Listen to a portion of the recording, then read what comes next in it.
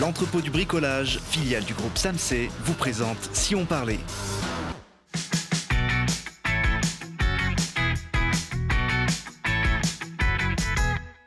Parce que c'est important de regarder aussi ce qui se passe près de chez nous. Télé Grenoble vous donne la parole tous les jours du lundi au vendredi. Aujourd'hui, avec nos invités, si on parlait de l'arbre le plus célèbre de l'agglomération grenobloise et de deux artistes originaires de l'Isère. L'un peint sans pinceau, l'autre joue du piano. Et pour parler de ces sujets, je reçois Gilles Balmé, artiste plasticien. Bonjour. Bonjour. Bienvenue. À côté de vous, Alain Hérault, photographe, membre du collectif Divertissime, notamment, qui magnifie les richesses naturelles de notre territoire. Bonjour Alain. Bonjour à tous. Avec nous également un pianiste-compositeur, Thomas Perron. Bonjour. Enchanté, bonjour. Et puis Laurent Fantinuto, je l'ai bien dit? Ça va, c'est ça. Bon. Vous êtes membre de l'association Arbre. Vous vouez un culte, on va dire, particulier à un arbre remarquable de notre territoire, le chêne de Venon. Vous avez un petit point commun d'ailleurs avec Alain et Thomas, parce que tous les trois, vous l'aimez bien cet arbre. Un peu beaucoup, oui. Un peu beaucoup. Alors, Venon, ce n'est pas la ville la plus connue de l'agglomération grenobloise. Je dis une ville, c'est d'ailleurs plutôt un village. Tout à fait, oui. C'est pas vraiment une grande localité, mais par contre, il y a quelque chose de remarquable dans cette commune, c'est qu'il y a un phare végétal. Un arbre qu'on peut voir à 15-20 km à l'œil nu sans jumelles et qui attire tous les regards, toutes les passions et beaucoup de choses et beaucoup de projets. Alors on est juste sur les hauteurs de Grenoble, à l'église de Venon, que l'on voit à une dizaine de kilomètres, très bucolique, c'est déjà la campagne, même si on est aux portes de la ville. Et voilà cet arbre qui domine la vallée du Grésivaudan. D'accord, on en reparlera de ça.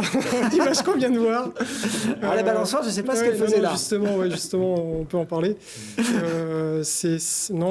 Aussi pour rappeler que le terrain est un pâturage privé, déjà, par rapport aux images qu'on vient de voir. Parce que même s'il représente le symbole de la commune de Venon, en fait, le papier officiel de la mairie, c'est une colline avec un arbre. L'arbre est situé sur un terrain privé et un pâturage privé, en fait. Alors il a 300 ans à la louche, à 100 près, on va dire. Entre 300 et 400, on n'a pas réellement fait d'études approfondies là-dessus. Il faut savoir qu'il évolue, il grandit dans un environnement très hostile, une terre très dure, le vent, la foudre. Il a pris 2 fois la foudre dans les années 2000. En 1992, une tempête lui a arraché une poutre maîtresse. Bref, la situation n'est pas idéale pour pousser là-haut. Alors vous le disiez, il a une position très particulière, une sentinelle, un peu le garde presque de la vallée de l'entrée de Grenoble du côté du Grésivaudan. Il fait 17-18 mètres de haut, 5 mètres de circonférence. Environ. Alors ce qui est vraiment remarquable chez cet arbre, en fait, c'est que si on le prend à part, c'est pas le plus grand, c'est pas le plus vieux, c'est au niveau de l'envergure, il y a largement plus grand et plus haut en France. Mais sa situation, son contexte, en fait, fait qu'il est unique. Une fois que vous avez votre regard qui s'est posé sur lui, que vous soyez dans la vallée du Grésivaudan. Oui, on le voit bien d'en bas aussi. En fait, vous le cherchez en permanence du regard et comme bon nombre de personnes, soit vous êtes attiré pour aller, ou soit vous vous dites un jour, il faudra que je monte là-haut. Alors, vous l'avez dit, il est sur un terrain privé, c'est des agriculteurs qui... C'est un pâturage de vaches laitières, absolument. Ceux qui en sont propriétaires. Le propriétaire, c'est monsieur Gérard Boniface, c'est l'exploitant Christophe Franchini de cette ferme. Alors, quand on voit ces images, Alain, vous qui êtes un photographe expérimenté, forcément, c'est un beau sujet à mettre en scène, un arbre comme ça. Alors, c'est certain que ça fait une douzaine d'années que j'en fais le tour. Hein. Et moi, j'habite en face sur le Vercors et je le vois de chez moi. Et donc, quand il y a un petit nuage qui va bien, quand il y a un petit contexte météorologique qui semble favorable, j'aime à y faire un saut. Alors moi, j'ai découvert l'arbre en fait par son côté esthétique. Hein. J'avais pas connaissance de toute cette histoire, ce qu'il y avait derrière. Et justement, c'est le fait de connaître Laurent qui m'a permis d'être un peu plus sensible à tout ce que ça peut véhiculer en tant que en fait, le chêne a pour lui la grosse réputation d'être fort comme un chêne, on dit. Hein. Mais en fait, c'est ce qui fait aussi peut-être sa faiblesse, parce qu'en fait, on se permet beaucoup de choses, alors que c'est un être vivant qui souffre et qui même en péril. Donc c'est pour ça que l'action de Laurent est très, très, très, très, très forte, quoi. Donc moi, au départ, c'était vraiment un sujet photographique, un très, très beau sujet qu'on peut comment dire... On peut en faire le tour. Il a des profils multiples, de jour, de nuit, avec la lune, avec la pluie, avec le soleil, avec les arcs-en-ciel, avec plein de choses. Mais c'était uniquement un sujet à photographier. Maintenant, c'est plus que ça, quoi. Parmi les nombreuses photos que vous avez faites de cet arbre, il y en a une qu'on va regarder ensemble. Alors au début, je me dis, quel rapport avec l'arbre? Mais il est là, en fait. C'est pris de la vallée d'en face, j'imagine. J'ose à peine dire que c'est pris du boulot, là. En fait, j'ai pris ça du centre-ville de Grenoble. Et donc, effectivement, voilà, de temps en temps, ça, c'est des nuées juste après un bel orage sur une terre chaude. Ça s'évapore de partout et puis ça donne des ambiances assez particulières que j'aime bien capturer. Ouais. Ouais, ça, c'est une superbe photo. Laurent parlait de la foudre. Il l'a pris 2 fois. Vous, la foudre, c'est aussi une de vos spécialités photographiques. J'ai pris une de vos dernières photos, mais vous en avez fait longtemps dans votre carrière. Est-ce que vous n'avez pas envie de la voir, cette photo de la foudre qui tombe sur l'arbre de... Ah, mais elle existe. Hein. Je l'ai prise depuis la Tour Saint-Venin. Un impact de foudre sur le secteur de la colline de l'Arbre. Alors, je ne suis pas certain que... Mais... Bon, si elle peut tomber ailleurs, ça ne me dérange pas, quoi. Je pense que Laurent, il n'est pas spécialement pour que ça se produise, en fait. Mais bon, il prend, vu sa position, c'est évident. Hein, c'est évident. Oui, parce qu'effectivement, après 3 siècles d'existence, même si on est solide comme un chêne, il arrive en fin de vie, cet arbre remarquable, et vous êtes un petit peu aux petits soins. Hein. Sincèrement, je pense qu'il commence un peu à rentrer dans le bel âge, plus encore. Donc il faut vraiment le considérer comme un grand-père qu'il faut laisser un peu tranquille et vieillir tranquille, la meilleure des façons possibles. L'arbre, en 2013, suite à un retour de vacances, en fait, on l'a découvert dans un état lamentable. On peut vraiment employer ce mot-là, avec des gravures qui allaient au-delà de l'écorce et qui attaquaient le tronc. Donc des maladies sont apparues, des champignons sont apparus. En fait, ce qui est étonnant avec cet arbre, c'est que la foudre l'a touché plusieurs fois, le vent lui a arraché une grande partie de lui. Et en fait, c'est l'être humain qui a fait rentrer les pathogènes en son sein, en fait. Et c'est souvent le cas, malheureusement, avec la nature. Et donc c'est un arbre, en fait, qui est vieillissant, plus que vieillissant, qu'il faut un peu respecter. C'est pour ça que la balancelle qu'on a vue tout à l'heure m'a fait un peu tiquer. Alors, pour la petite histoire, en fait, il faut savoir que cet arbre, maintenant, est un peu connecté, entre guillemets. C'est qu'il y a un poteau avec un flashcode près de l'arbre. Ça permet d'aiguiller sur sa propre page Facebook, en fait. Alors, il y a quelque chose d'incroyable. C'est un arbre qui a une page Facebook, avec plus de 1000 personnes qui le suivent.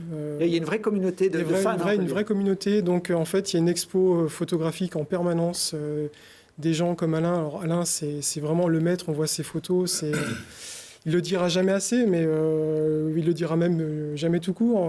Ses photos sont vraiment exceptionnelles.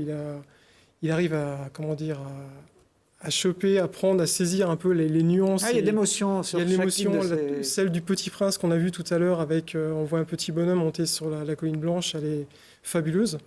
Mais tout ça pour dire que le chêne est en triste état actuellement. Il a des maladies, il a des champignons. Et donc du coup, le fait de voir un jour des photos taguées, identifiées au lieu du chêne de Venon, de voir la balancelle, en fait, nous a permis de réagir très vite. Et en moins de 48 heures, la balancelle était retirée. En fait, c'est les réseaux sociaux, et en l'occurrence Facebook, qui protègent indirectement le chêne. On va dire, un ange numérique qui permet de vous alerte, il y a un problème. Exactement, tout à fait. Ouais. Et puis vous le soignez, cet arbre, vous avez changé notamment le sol. On voit là un petit accéléré des photos d'Alain. Ça, c'est une magnifique journée, je crois, c'était le 2 février l'année dernière, en 2017. Une opération assez particulière. En fait, on a fait monter plus de 5 tonnes de matière végétale relativement fraîche. Donc là, il y a toute la communauté, on voit les photographes, il y a Nathalie Marest, il y a beaucoup de monde, il y a Baptiste. On a fait monter en fait 5 tonnes de matière végétale fraîche de manière à un peu régénérer son système racinaire pour le rendre un peu vivant. C'est un peu comme si on l'avait pris, on l'avait amené en forêt en fait, de manière à ce que la vie au niveau du sol se réactive, les champignons réapparaissent. En fait, l'arbre, il y a toute une symbiose au niveau du sous-terre qu'on ne voit pas et qui lui permettent, on va dire, de mieux vieillir ou de mieux résister. Donc ça, c'était une opération assez forte. Elle a été faite conjointement avec l'association ARM, mais aussi avec l'entreprise pour laquelle je travaille, qui est on va dire, Puro, qui est une famille de torréfaction très ancienne et qui aussi œuvre à la protection de la biodiversité, et notamment à travers le projet d'Arbres Remarquables et le partenariat avec l'association ARM. Oui, parce qu'il a été classé, en tout cas il a reçu un label Arbre Remarquable il y a quelques temps. Effectivement, on l'a fait classer. Alors le fait de classer un tel arbre, en fait, ça le protège, ça lui donne une renommée. Donc on pourrait croire un peu qu'un arbre, quand il est trop connu, ça lui apporte des désagréments, des dérives. Mais en l'occurrence, c'est le phénomène inverse qui s'est créé. C'est-à-dire que Christophe Franchini, l'exploitant, nous assure qu'il y a par moment presque 100 personnes qui montent là-haut sur la colline pour voir cet arbre, qui enjambe les clôtures électriques. On ne peut pas... il n'y a pas de chemin de randonnée qui passe à côté. On ne peut pas empêcher les gens d'aller dans un tel lieu. Donc c'est pour ça qu'on a mis en place un panneau pédagogique en rappelant l'utilité de la protection, du terrain privé, des projets qui sont en cours. Mais tout ça, on va dire, pour assurer un peu une pérennité à l'arbre et faire en sorte que tout aille pour le mieux possible dans les années à venir. Alain, vous avez toujours des idées, des inspirations pour le photographier, cet arbre, ou vous en avez fait le tour depuis le temps? Beaucoup de choses sont faites, mais il y a encore beaucoup de choses dans les tiroirs en tête que j'ai envie de provoquer un jour. Donc, toujours, effectivement, avec des conditions météo un peu particulières. La lumière, c'est la photo, donc c'est la lumière qui va décider. Ouais. Donc, oui, j'ai encore plein de bonnes idées. Et donc, je surveille les levées de lune, je surveille justement les... Vous l'avez à l'œil. Oui, là, je le surveille, il n'y a pas de souci. Donc, il y a encore plein de choses à faire, quoi. Mais je le préfère, c'est marrant parce qu'on le voit là, tout végétalisé. Moi, je trouve que l'hiver, il est encore plus joli là, quand on voit que ces ramures qui déchirent le ciel. Il y a encore plus de prestance. Ouais. Alors, il y a des projets autour de cet arbre et de l'image. Un film qui est en préparation, Alors, il y a un film actuellement qui est tourné en France sur les arbres remarquables, sur le patrimoine arboré français, qui est vraiment très important. On a Georges Fetterman, le président de l'association Arbre, donc qui est un homme extraordinaire qui a dédié sa vie à ces arbres, qui a écrit un livre. Ce livre, le voici, je vous le donnerai maintenant je vais plus le prendre. tard. Voilà. Je vais le prendre, on va le montrer quand même. Ouais, donc les plus vieux arbres de France. Voilà, absolument, et qui présente le chêne de Venon en couverture avec une photo signée Alain Hérault. Donc, on l'aurait deviné. Voilà, comme par hasard. Donc, ce livre est vraiment remarquable. En fait, c'est un peu comme un inventaire de ce patrimoine qui est au sein du pays, au sein de notre terroir. Et un film actuellement est en cours de tournage qui s'appuie en fait sur ce livre. Des séquences vont être tournées ce week-end à l'occasion de l'événement qu'on va organiser dimanche prochain. Et voilà, il y a même d'autres choses. On pourra parler musique aussi tout à l'heure avec Thomas. Alors c'est un film effectivement qui sortira normalement au printemps, au début de l'été 2019. Au plus tôt, avril 2019, absolument. Et dans lequel, même s'il n'y a pas que l'arbre de Venon sera quand même un point central. Et les fans, les admirateurs de l'arbre dont vous faites partie participent au projet. Et notamment Thomas qui a apporté sa touche musicale. Vous êtes spécialisé, on va dire, dans la composition de musique au piano, avec une tendance un peu musique de film. Donc ça tombait bien d'avoir un documentaire à illustrer. Exactement. Oui, non, mais je pense qu'on peut être que inspiré en voyant ces images. On s'est rencontrés un peu par hasard en fait, finalement. Je pense que ce chêne, on l'appelle le phare végétal, il attire beaucoup. On ne sait pas pourquoi. Il faut y aller pour se rendre compte en fait. Et on s'est rendu compte on s'est rencontrés un peu par hasard. Moi, je voulais tourner une petite séquence vidéo parce que donc j'écris de la musique de film pour piano. Et je voulais tourner une petite séquence vidéo avec un piano au pied de cet arbre. Je voulais rencontrer le propriétaire tout simplement et on s'est rencontrés sur place. Il me l'a présenté, il a fait le passeur. C'est vraiment la rencontre. C'est une rencontre un peu par hasard, en fait. C'est un peu ça. C'est carrément ça, c'est une rencontre par hasard. Et de fil en aiguille, en écoutant la musique de Thomas, c'est devenu une évidence qu'il fallait d'une manière ou d'une autre, qu'il s'associe au film. Donc là, on a Jean-Pierre Duval qui réalise le film, qui a écouté, qui a accepté. Et donc, Thomas nous a rejoints avec grand plaisir. Surtout que Thomas, vous habitez pas très loin de cet arbre. J'habite dans Beldon, oui, à Saint-Jean-le-Vieux. Donc, c'est un dans les balcons. Village, dans les balcons, c'est dans à le 15 minutes. prolongement de l'arbre de Venon. Donc c'est aussi un peu votre territoire. Et puis, vous avez je ne sais pas si c'est une marque de fabrique, mais l'habitude de jouer sur des terrains naturels en extérieur. J'ai quelques images de vous, alors devant le lac de Frédière. Ça, c'est quand on monte pour faire des randonnées dans Oui, dans toujours Beldon. dans Beldon, oui. C'est votre musique que vous jouez ? C'est la musique que je compose, oui. Ouais. Je suis entouré d'une petite équipe, on est 5-6. Là, j'ai fait la traversée de Beldon en passant dans différents lieux, différents petits villages. Et voilà, c'est un univers... Moi, j'ai voulu sortir simplement les pianos de salle de concert. Ah bah là, c'est réussi. Et voilà. On vous a vu à la Bastille, là, vous êtes... Je suis au sommet je suis à Casse-Rousse, là. Oui, je voulais les sortir des salles de concert et sortir le piano et le mettre dans des lieux plus inspirants, plus naturels. Alors, c'est pas toujours évident parce qu'il y a le temps des conditions météo, c'est sûr que sous la pluie, c'est moins pratique. C'est autre chose, mais voilà, les ambiances sont toujours différentes et puis surtout attirer un public différent, surtout. On joue pas avec vous jouez pas avec des moufles quand vous êtes en altitude? Non, sortir le piano des lieux traditionnels, ça permet, oui, d'ouvrir sur des gens qui n'iraient pas forcément. Exactement. Ouais, pour la petite anecdote de Frédière, il y a une qui avait fait le sommet du lac de Crozet, elle redescendait, et puis on avait sonorisé le piano, elle descendait, mais il y a un piano, elle descendait dans le chemin. Elle a été attirée par la musique, et puis elle est venue écouter, quoi. Voilà, donc... attirer un autre public, on va dire. Alors, vos compositions, là, vous me les avez amenées sur CD. On peut les retrouver sur votre site internet, oui. thomasperron.fr. Et puis, on pourra vous écouter en live, puisque dimanche 16 septembre, c'est la fête de l'arbre de Venon, au niveau de l'arbre, mais aussi dans la commune de Venon. Vous clôturerez l'événement en musique. Oui, exactement. Par un concert et puis une exposition derrière de photos. d'Alain Hérault, puis d'autres aussi personnes. Durant le concert, on va présenter toutes les photos de la page Facebook, en fait, les principales. Donc en fait, il y aura comme une galerie numérique de ce que les gens ont apporté ou contribué par rapport à cette page. Les animations dureront toute l'après-midi à Venon ? L'après-midi, ça, on va faire... En fait, la colline elle-même va accueillir une exposition photographique donc réelle. Donc on va avoir des chevalets disposés sur le sentier qui amène aux chênes. Donc là, on a 7 photographes qui nous accompagnent. On a une communauté artistique remarquable. Donc il y a évidemment Alain Hérault. On pourrait les citer tous. On a Nathalie Marest, on a Vincent Martin, on a Grégory Berger, on a Baptiste Alès, Gérard Legrand. Enfin, j'espère que j'ai oublié personne. C'est le problème quand on se lance à citer tout le monde, faut pas en oublier. J'espère que j'ai oublié personne. Marion Desrosiers. On a même Vincent, je l'ai cité. Oui, j'ai cité. Donc du coup, en fait, il y a une exposition photographique qui va être mise en place l'après-midi, du panneau pédagogique jusqu'à l'arbre lui-même.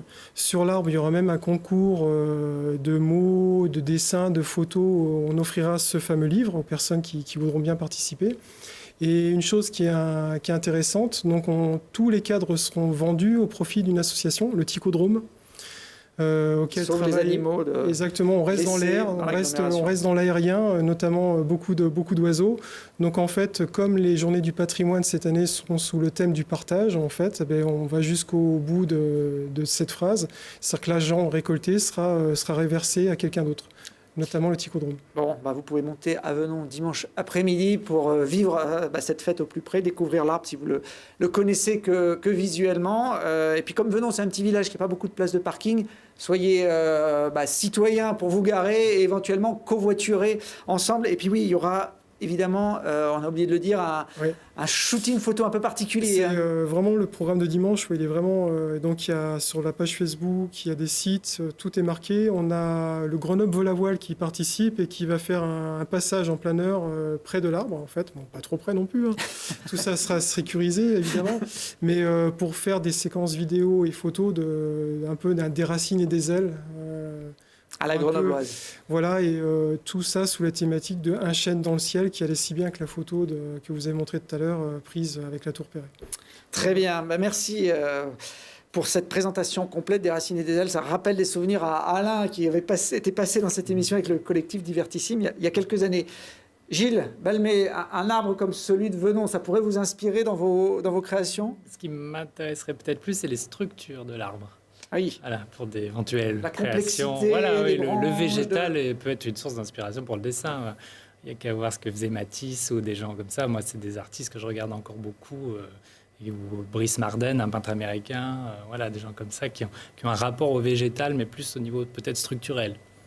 Alors vous êtes originaire de Grenoble, vous êtes dans l'agglomération, vous avez été à l'école des beaux-arts de Grenoble. Depuis une quinzaine d'années, vous êtes monté à la capitale. C'est là-bas que ça se passe quand on est artiste, plasticien comme vous ? C'est là-bas et ailleurs et dans le monde entier, mais c'est vrai que Paris, c'est un passage important pour commencer à exposer, à rencontrer des galeristes, des galeries, des commissaires d'exposition. Et c'est vrai qu'on est peut-être un peu plus regardé à Paris quand on est artiste, mais moi j'ai souvent réexposé à Grenoble et dans la région, tout en gardant un atelier à Grenoble, donc qui est le bâtiment de mon arrière-grand-père qui était maître verrier ici, et donc j'ai récupéré ce bâtiment. Et en plus de l'atelier de Paris, ce qui me fait une aération quand je reviens régulièrement. Voilà, je viens à peu près 10 jours tous les mois et demi à Grenoble. Donc voilà, c'est une ville à laquelle je suis assez attaché. Alors vous avez un univers assez particulier. On va voir certaines de vos œuvres. C'est à la fois abstrait, à la fois on pourrait y voir des paysages. Je ne sais pas comment vous pouvez présenter ça. Oui, c'est un travail qui oscille entre l'abstraction et la représentation paysagère, où ici on est presque plus dans des présentations, c'est-à-dire que les images et les motifs qui sont représentés s'autogénèrent par des processus. Donc quand on a une image qui ressemble à un paysage, c'est en fait une matière que j'ai récupérée en trempant mes supports dans des piscines de matière, des piscines de peinture. J'ai projeté de la peinture à la surface de bain et je viens récupérer cette matière en trempant avec mes gestes. Donc ce sont les gestes qui permettent la récupération des matières et le dessin qui vient composer l'image. Donc je joue volontairement sur l'ambiguïté de la représentation est quasiment photographique. Donc on a ces images qui évoquent presque le négatif de la photographie de paysage, alors qu'il s'agit en fait purement de peinture. Ouais, c'est très, très surprenant. Vous n'utilisez pas le pinceau Alors non, c'est l'une des caractéristiques de mon travail, mais ce n'est pas non plus l'objectif primaire, on pourrait dire, mais c'est vrai que j'utilise très peu de pinceaux, mais j'en utilise quand même dans d'autres séries. Enfin, mon travail fonctionne en série, donc il y a des séries noir et blanc, des séries en argent sur papier noir, il y a des séries avec beaucoup de lavis d'encre ou des lavis colorés. Donc il y a à chaque fois un champ de recherche particulier pour chaque série, des protocoles de travail assez particuliers que je mets en jeu. Et dans ce cadre précis de travail, je produis un certain nombre d'œuvres et ensuite, pour des expositions, je vais choisir ce qui est le meilleur de ma production. Donc c'est pour ça que chaque exposition est une sorte de raffinement. Je vais à la recherche j'essaie de trouver en tout cas ce qu'il y a de mieux dans chaque production. Alors là, on voit des images d'une série qui s'appelle White Rain, oui. La pluie blanche en français. Là aussi, moi j'aime beaucoup le rendu. C'est vrai qu'on reste un peu scotché devant vos œuvres. On essaie de comprendre, d'y voir des choses. Absolument. Il y a aussi beaucoup de choses sur la question de la perspective qui est suggérée par le lent trempage. Enfin, les processus, si vous voulez, sont des œuvres qui sont réalisées assez rapidement. Un peu dans la tradition de la peinture asiatique. Enfin, moi, j'ai vécu 6 mois au Japon en 2010 et j'y retourne assez régulièrement. Et c'est vrai que c'est un pays qui m'a toujours fasciné pour son travail des encres et la peinture. Et enfin, toute la culture japonaise, moi, m'intéresse. Les antiquités, les jardins, enfin, voilà, toute la culture japonaise est passionnante. Ou la calligraphie. Donc j'utilise aussi des références culturelles à d'autres univers. Donc là, il y a beaucoup d'ancrage, beaucoup d'aléatoire dans mon travail aussi. J'utilise ces paramètres-là. Donc c'est une tentative de maîtrise de l'aléatoire. Vous pouvez être surpris vous-même de Ah oui, absolument, absolument. C'est aussi le plaisir de continuer sur une série qui est presque déjà dans mon travail une sorte de classique. Je le continue justement par plaisir pour me renouveler, pour justement interroger aussi les limites des processus que je mets en œuvre et me surprendre moi-même. Vous disiez que vous restiez attaché à Grenoble, vous exposiez souvent dans la région. Là, il y a 3 expositions coup sur coup à partir du mois de septembre qui vous sont consacrées. On voit celle qui est au musée dauphinois, qui sera lancée ce week-end. Oui, absolument. Alors, à l'occasion des Journées du patrimoine, les 15 et 16 septembre, et aussi dans le cadre de la Biennale Saint-Laurent. Donc, je suis l'invité d'honneur de cette biennale, qui est une biennale centrée sur le dessin et qui aura lieu dans le quartier Saint-Laurent. Et chaque artiste des invités, donc il y a 34 artistes, auront aussi une œuvre au musée dauphinois sur une fresque le long d'un mur. Voilà, c'est assez intéressant pour moi et je suis très heureux d'être l'invité d'honneur de cette biennale. Et j'étais déjà en lien avec le conservateur et le directeur du musée dauphinois, Olivier Cogne. On parlait déjà d'une exposition personnelle et il a trouvé que c'était le bon moment pour le faire en lien justement avec les Journées du patrimoine et cette biennale. Donc j'étais ravi de monter ce projet sur une salle d'environ 100 mètres carrés, donc c'est quand même une exposition importante. Et il y a une autre exposition à la galerie Marielle Bouchard, qui est 7 rue Pierre-Termier à Grenoble, en parallèle. Donc c'est la première qui a ouverte de la série, et elle se termine le 22 septembre, donc c'est un peu court. Et il y a aussi le Belvédère de Saint-Martin-du-Riage, où j'ai une exposition sur 200 mètres carrés, qui est un très beau centre d'art. Donc c'est 3 types d'expositions différentes, dans une galerie privée, dans un musée et dans un centre d'art. Donc c'est vrai que c'est pour moi ça tombe un peu comme ça, et ça fait aussi des mois qu'on en parle, mais en même temps ça s'est cristallisé comme ça à ce moment-là, et donc c'est un mois très dense pour moi en travail aussi, parce que monter les expositions, encadrer les œuvres, c'est vraiment, et les produire évidemment, c'est un lourd travail. Bon, la rentrée de Gilles Balmet, c'est donc à 3 têtes sur l'agglomération grenobloise. L'expo du musée dauphinois, elle se poursuivra jusqu'au début du Voilà, jusqu'au 3 décembre. Oui, c'est une bonne nouvelle. Voilà, je pense que la direction a apprécié l'exposition, donc on a décidé de la prolonger. Donc voilà, ce n'était pas prévu initialement. Donc je suis ravi de la partager un peu plus longtemps avec le public. Et bien voilà, à découvrir dès ce week-end, notamment à l'occasion de la Biennale du quartier Saint-Laurent. Et puis dimanche, on ira fêter l'arbre de Venon en lui souhaitant une longue vie. Merci à tous les 4 d'être venus sur cette émission. On se retrouve demain pour la dernière de la semaine.